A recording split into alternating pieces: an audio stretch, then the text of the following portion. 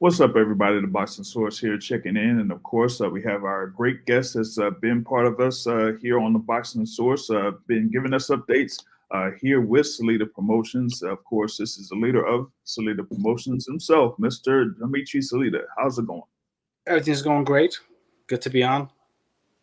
Yes, no problem, no problem. Now, I know that they had an event that was a couple of weeks ago over in Detroit that featured a few of your fighters there. So you want to go ahead and break that down. I know they had Joe Hicks Jr. in action in one of those bouts, who has been very active here in 2023.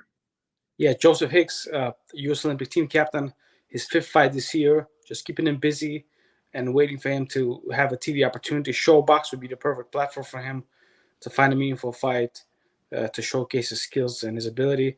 Then we had Marlon Harrington, who's a junior middleweight prospect, big puncher from the city of Detroit.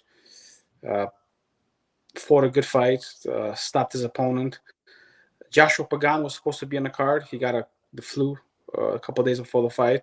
It would also be his fifth fight this year. I really believe in activity, especially when you're in early stage of your career, to progress, to get better, to form a relationship with the fans. And one of the middleweights that I'm also very excited about, he hurt his hand, so he couldn't fight on the show, is Deval Smith. He's in the Crown Boxing Gym. He's 7-0. He's Mm. really a blue chipper, and I really have very high aspirations for him. I believe he's world championship written all over him. And I'm very excited for these young fighters to be seen by the greater public, which will hopefully happen in the near future. Yes, and you mentioned the thing there with Joshua Pagan, who would have been part of that card, but had to be out due to an illness. Is there like any update on him being in a position to fight sometime later this year? Yeah, he's going to fight October 21st, also here in Detroit. Just working on finalizing the details, but we'll announce shortly.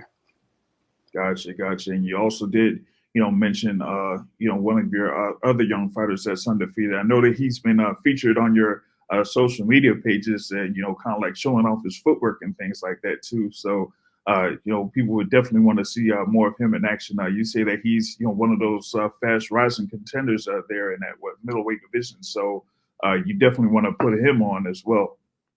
Very excited about Deval. He's a big puncher. He's a 6'2.5" middleweight, big guy, strong, good attitude, good personality. He has all the ingredients to be a star in the division. And as soon as he'll heal up, he'll be back in the ring. And we want to keep him very busy because he's really ready for many of the top contenders today. But he obviously has to build up his record just to be able to facilitate those fights. But he's the real deal. Yeah, for sure. Like you said, there at 6'2" in the middleweight division, that definitely shows that he could be a real menace there for a lot of those middleweight contenders as he Yeah, builds his way up the middleweight division. for sure. Now, you were talking about with Joe Hicks Jr. Him having those 5 fights this year.